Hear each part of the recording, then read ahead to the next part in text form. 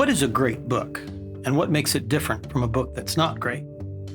Are there differences of opinion on what constitutes a great book? And if so, isn't this difference of opinion an indication that such greatness is, like we often say of beauty, in the eye of the beholder?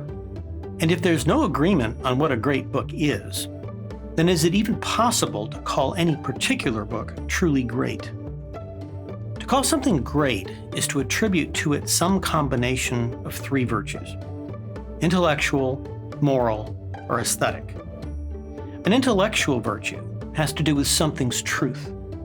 A moral virtue has to do with the good of a thing. And an aesthetic virtue has to do with a thing's beauty. Ultimately, however, all of these considerations come into play for a book to be called truly great. When we say a book is great, we may mean to say that it communicates some truth. If it's a book of nonfiction, this truth could be a particular truth about God, man, or the world. There are great books of philosophy or history that do this. Plato's Republic and Thucydides' The Peloponnesian War may relate to us eternal or temporal truths that can tell us of our proper place in the cosmos, or of our proper role in this world.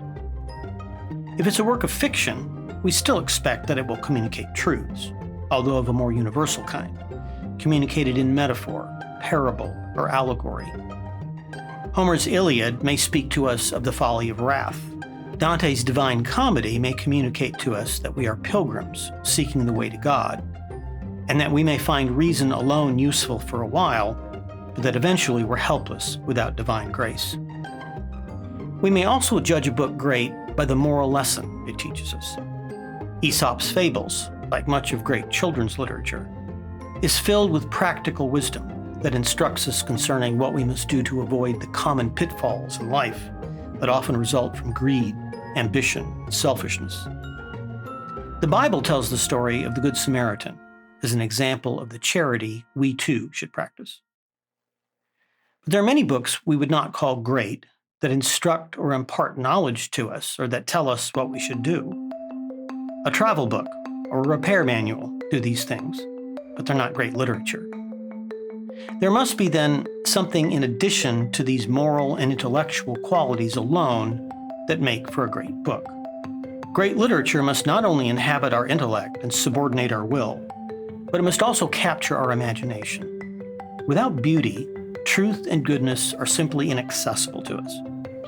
Unless our very desires are ordered to the true and the good, our desires are ultimately without effect. John Henry Newman spoke to this very issue. Knowledge is one thing, he said. Virtue is another. Good sense is not conscience. Refinement is not humility. Nor is largeness and justness of view faith.